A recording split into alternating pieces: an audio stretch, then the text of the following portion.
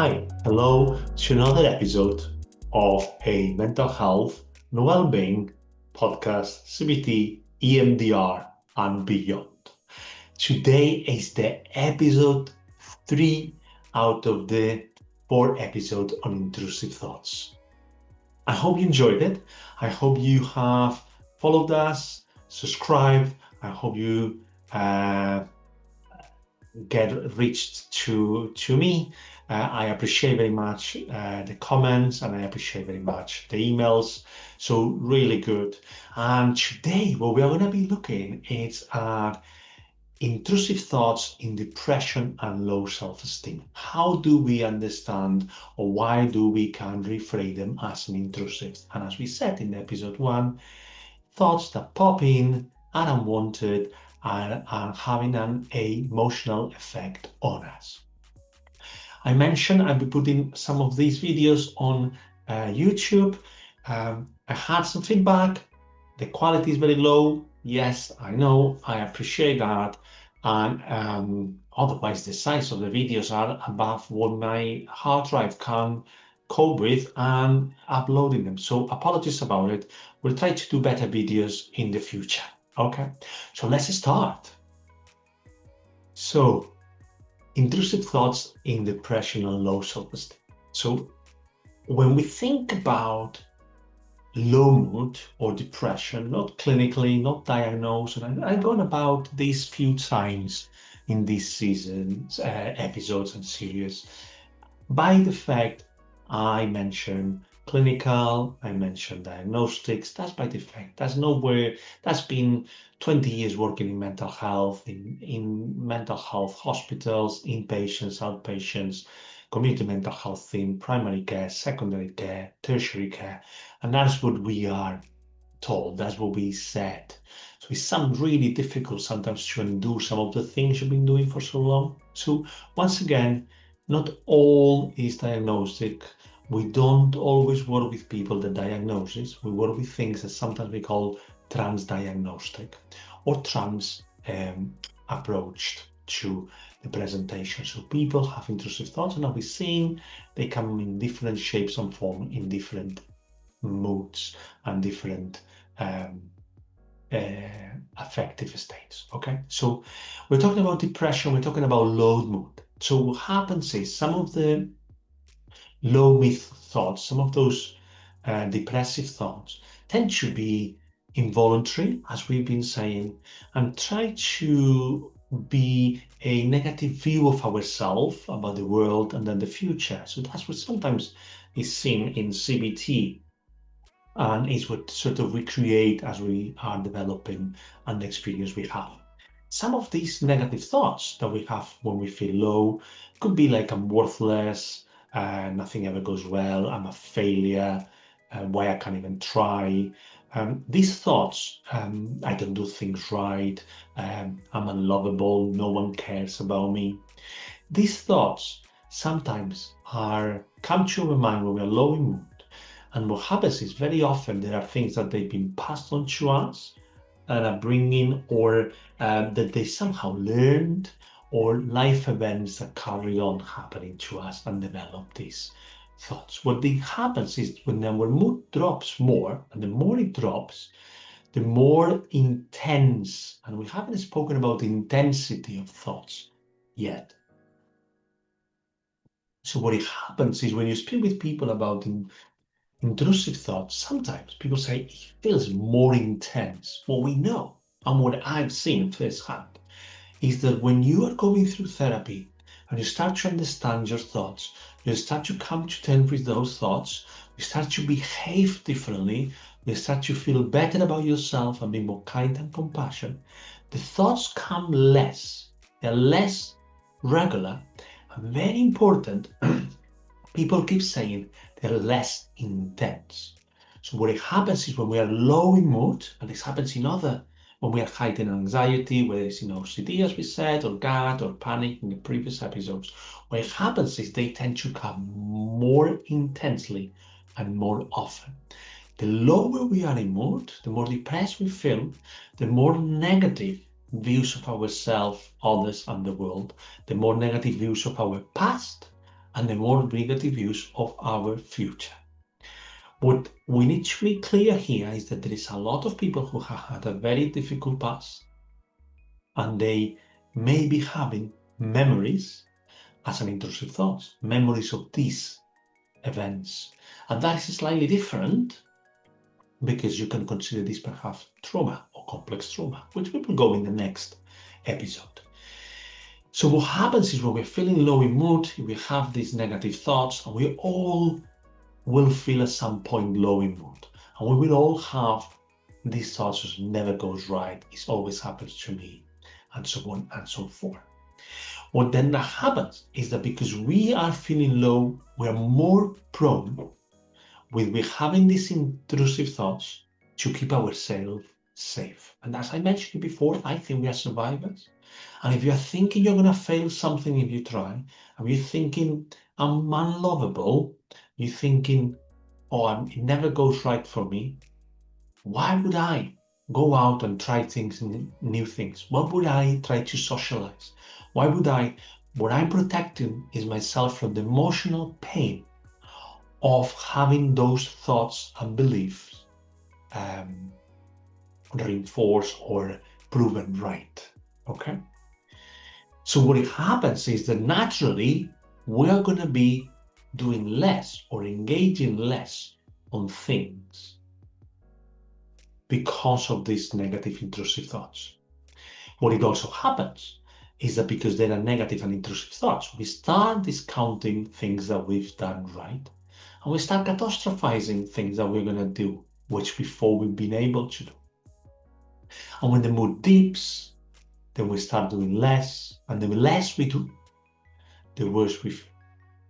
Just because there is a big connection, and we have discussed this before in our trauma series, which you can look up, on the connection of your body and your mood and your thoughts.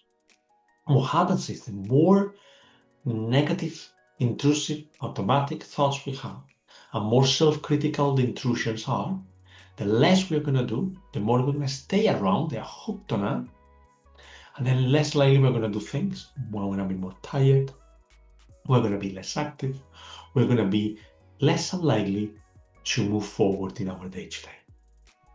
Oh, apologies. So then that becomes the cycle that it perpetuates. And we know from experience, from clinical experience and research, and this is clinical experience, and many of us would have experienced this anyhow, that once we got into the loop of feeling low and not doing things, we are more likely to have these self-perpetuating, negative, intrusive thoughts of ourselves. And then we start feeling sad, and then what sometimes shows up is rumination. So we go into the past and we go through things time and time again, the things that didn't work, things we didn't do, things that happened to us, things that would have been different. So we are hooked on those intrusive past memories that they are negative, and somehow match our current mood state. What we know is that there is a lot of things why we would feel low in mood. That could be loss, that could be side effect of trauma, that could be because of OCD. People that has also depression and also a low mood. It could be because a life event, an illness, a long-term physical change, like a physical injury. It could be because people around us in the place where we live is unsafe. Or maybe because we have a relationship failure. It could be for many things why we feel low. And it also could be, and this is also throughout, I haven't mentioned, these intrusive thoughts, these overwhelming anxieties, as we spoke last time, overwhelming emotions, as we spoke last time, sometimes when things get really tight. If you remember the imagery or I forgot the name. So the simile of that closing of the labyrinth, there is physical elements to it. So if you're going through adolescence, if you're going through menopause, if you're having some kind of therapy that has some hormonal changes, or any other medication, can create these intrusive thoughts, right? So that's something to look out as well. So what happens is, once we start feeling a bit better, the thoughts might disappear and we come back to our normal sort of state. However, there are times that these intrusive thoughts carry on, and people live their life going forward. And they try the hardest they can. Now, this is something that we try to understand, perhaps, that could be sort of chronic negative thoughts, or very likely past messages as a child, or due to adverse childhood experience. So what happens is that very linked to it, or very often linked to low mood and sort of is low self-esteem, right? Because this also has that negative self-beliefs, and sort of thinking always that people are not good enough and they are failing. So what happens with self-esteem, or what sometimes experience, are always thoughts that inadequacy, not deserving good things, always get these things by chance, being a total failure, that they're going to be rejected. And these are always popping in. They pop in every phase, every circumstance. It feels that those thoughts are always there. They are part of you. And sometimes we get fused with the thoughts. So we start believing that the thought and ourselves are the same. And then we start acting on that. So some of the behaviors we see, and sometimes they overlap with some of the anxiety, these behaviors we see, is if people think they are going to fail at something, they might start overcompensating, and they start doing more and more and more. Or they start to think, if they are unlovable, they start to be pleasing people more and more and more. So the behavior will be similar in very things, and that's the transdiagnostic approach, as they call it, which is that there is a lot of commonality in things we see in therapy. And that's because bespoke, tailor-made therapy is needed for every individual. So I do CBT, I do EMDR, I do third wave CBT, I do a few other things that I have trained and I have learning. Now, all of that doesn't mean that it's always going to apply. These therapy approaches don't always apply. I personally have a lot of success with some people, and other people, when they come around, for example, relationship, I signpost them to a relationship therapist, because that has more place there. Whether there is that element of low self-esteem in that relationship, maybe there is. Maybe that's because they are overcompensating or overdoing for other people. Yet the issue they see is the relationships, the impact in their partners, and so on and so forth, or friends, and so on. So what happens is, when we are in this, when we are believing that we are not good enough, then we're going to be acting as if. So what if I embarrass myself? Or not even, so that would be overlapping with GAD or GAD. So you will be thinking, well, if I don't try, then I won't fail. And then you start not trying. And what then happens is that you're reinforcing, we all reinforce time and time again, that we are not good enough. And they keep popping up, and it's not where we get it wrong in the shopping, which we all do at some point, is because I'm not good enough, not because they move the shelves and today things move around. No, it's we internalize it. And that's what then, as we're internalizing it, it pops up more, and it feels more like you, like it's true. And they just come up, and then we normalize them. So with low self-esteem, we always try to find where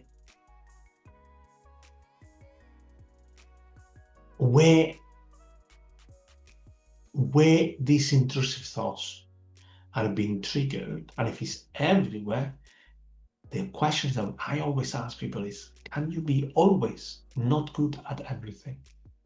Is that your mind throwing at you shame thoughts about worthlessness? Is it that your mind throwing at you thoughts and intrusions and automatics that makes you feel embarrassed, that makes you feel unworthiness. And if it is your mind, then we need to start to understand that they've been for so long there that they are automatic. And even when we are thinking we're having a good day and we think we're working very hard and we are not self-criticizing and we are not social withdrawal, then suddenly the self-sabotaging comes up. The thought or the comparison to other people and their perfect lives comes up. Unwanted. We don't want anyone's life, but suddenly our brain just pops it. And that's where it causes the pain. So I hope today's a bit briefer. I hope you enjoy it. I hope you're taking a bit of it. You're always welcome to drop me an email in podcast@online-stability.com. You're always welcome to put subscribe or follow. And then there is some links to the social media in the description. And now it has always a good reception. So we're gonna do a bit of a mindfulness exercise. Okay, so as usual, if you feel safe, if you feel that you're in a place you're not driving, you're not at public transport, you can then close your eyes. If not, you can do this with your eyes open. If last week you enjoyed the tapping, I'm going to invite you to do the tapping again. So let's start. So I'm going to ask you to breathe in and breathe out. And breathe in and breathe out. I'm going to be now in silence for a bit for you to continue breathing in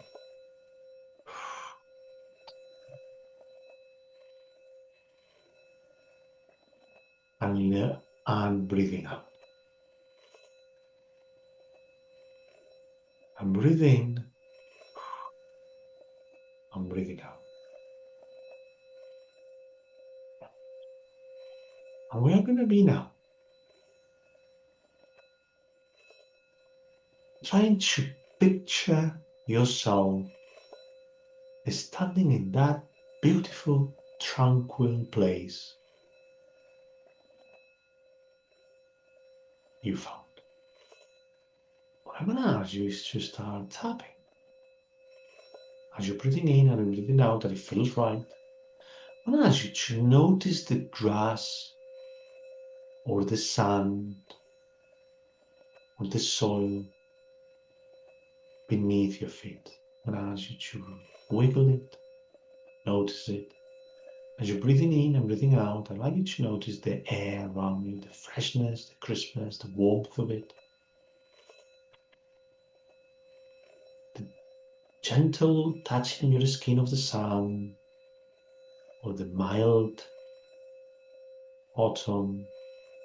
As you notice the harmony of the wind and how it cuts through the flowers and the trees. I'm going to ask you to notice each tree or each flower that is around you and the colors. I'm going to ask you to think of them of your favorite colors. I'm going to ask you to notice what of those flowers, which of these flowers brings or represents kindness? Which one represents nurturing? Which one represents unconditional love? Which one represents courage, creativity, resilience? And as you're smelling each of those flowers with each of those qualities, and as you notice how it goes through to your lungs and expands through your body, that kindness, nurturing, courage, creativity, resilience. I'm going to ask you to see the sunlight above you, taking a deep breath in and a long breath out, clear on the sky. And notice that healing sunlight that represents the warmth and the strength and wisdom, the inner strength and wisdom, with the smell of the kindness, nurturing, courage, resilience. And as you're there, sitting in that calm, tranquil place, and as you to repeat the words, I am enough just as I am. I am worthy of love, respect, and kindness. I can trust my abilities. I can nurture myself and embrace my unique journey. I'm enough just as I am. I'm worthy of love, nurturing, and kindness. I trust my abilities in my unique journey. So I want to invite you to come up with any other self-referring statements. And they are kind, they are courageous, they are wise, warmth, strong.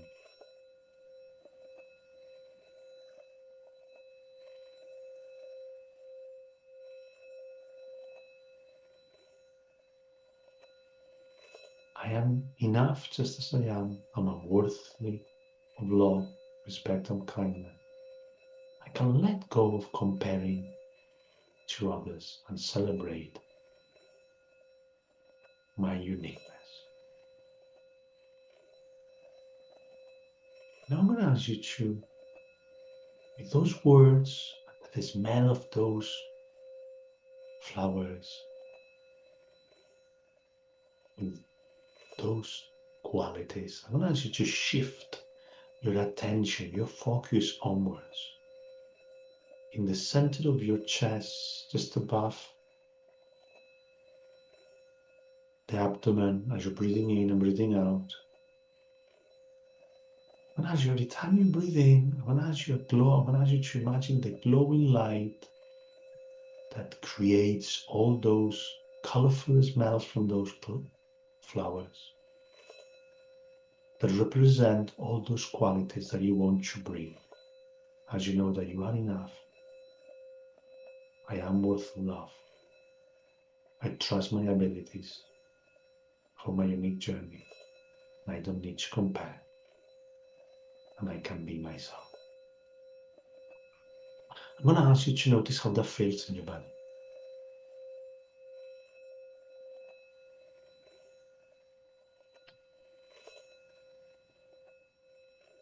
And I'm going to ask you to breathe in and breathe out. And open your eyes when you're ready, or remain with eyes open when you're ready.